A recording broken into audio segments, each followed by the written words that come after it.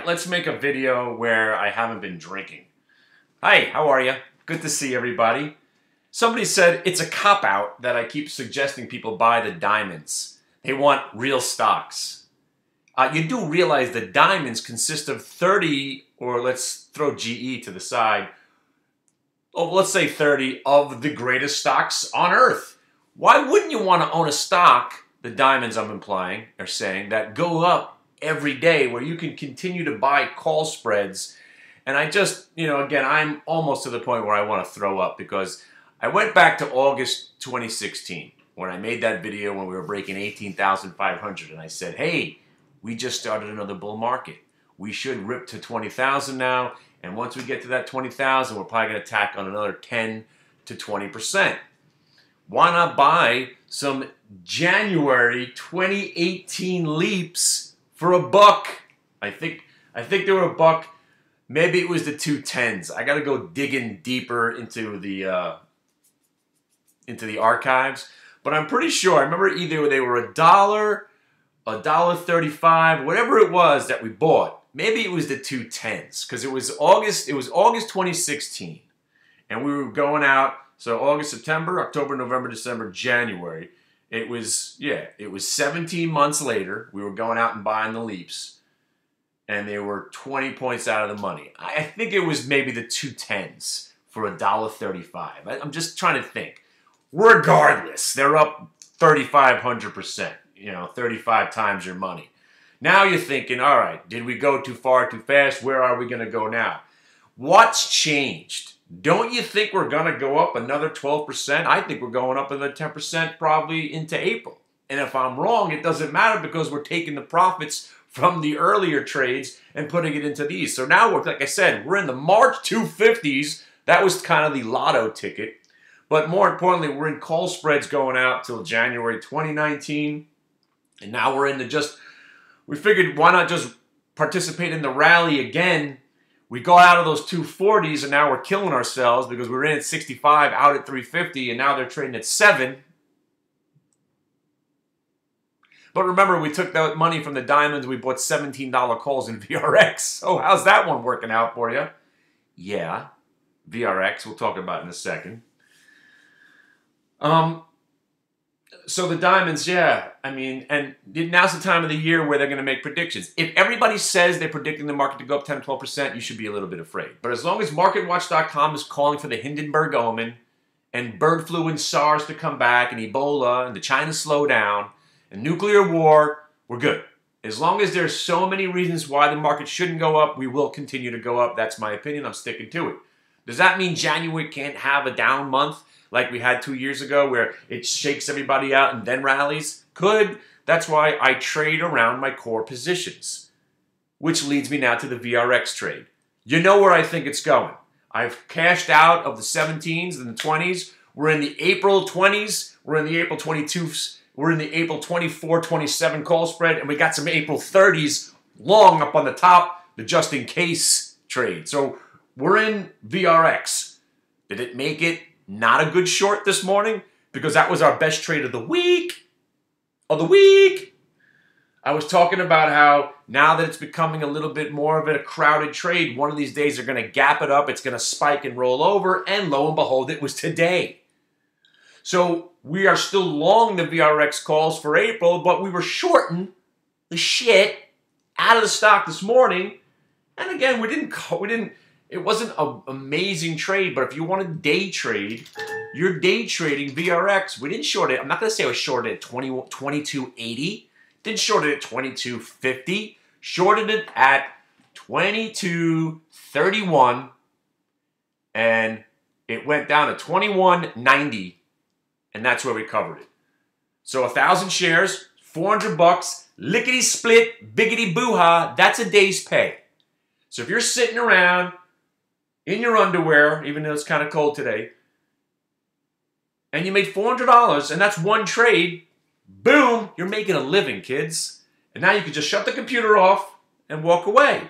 But there was still some more fun to be had. MGTI, some pink sheet, psycho bullshit stock, which this thing was moving so quickly, or whatever the case may be, we couldn't even get printed. We finally started getting printed at 420. it went all the way to 449, and we couldn't get out at 449, but next thing you know, we're selling at 436, another good trade. And then you got the SQ, the dreaded SQ, which I also said in the video, you want to be getting out of the Alibaba, getting out of your SQ, getting into the VRX and the US Steel, and of course the diamonds. With any money you make during the day trading portion of your day, buy some diamonds. That's been what we've been doing since August 2016. And there's no end in sight. We might get a 10% correction one of these days, but that might happen at 30,000, at 40,000. So while the getting is good, why not ride the wave like VRX right now? Oh, can you feel it? Now, I don't want to imply that I'm making 20 grand a day.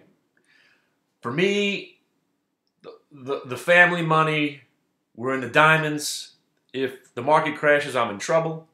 We got a ton of VRX right now. Diamonds, Twitter, Snap, Alibaba. And I did throw some pot in the portfolio the other day, but who wants to talk about that right now? Everything else is a trade, okay? Everything else is a day trade. I like to teach trading whilst the market's open so then people could see if these results of what I'm spewing about work. But that I'm not going to imply I'm making 5 grand a day, 10 grand a day, 20 grand a day, okay? If I'm shorting 1,000 shares of VRX, it pulls and it goes down 40 cents, sometimes I shut the computer off and I make my $400. So the next 10 trades that happen doesn't mean I don't know what I'm talking about because I don't not doing those trades, because then came XNET. XNET. Some of these stocks are starting to legitimize themselves by pulling back, finding buyers, pulling back, finding buyers. Usually when they start to pull back, they go bye-bye and they never come back. Like HMNY looks like might be one of those. But XNET has been trading pretty nice. And it's following some rules. It's breaking levels, and half number, whole number trades are working. So we traded some XNET. And once again, I'm not going to say I got rich off this trade, but you got the double bottom, triple bottom, in fact, at 1570, right? I wasn't buying it there. Gets over the 1 minute at 1608. I wasn't buying it there. Rolls back over. I was thinking, good thing I didn't buy it at 1608. But then it breaks the top of the range at the whole number, at the half number at 1650. We get in at 1650, spikes up to 1680, lickety sploo blop, flickety fling flang. There's another 30 cents on 1,000 shares. Boom! But therein lies where you get annoyed. So you buy something at 1650 and you sell it at 1680. 1675, 77, 78. I'm rounding it off. Rounding off for ease of conversation. Bang, 2 trades, 2 winners. You're having a fantastic day now. But then it pulls back and you're feeling good about yourself, then it explodes. Do you buy it back? No, I don't. I trade once a day.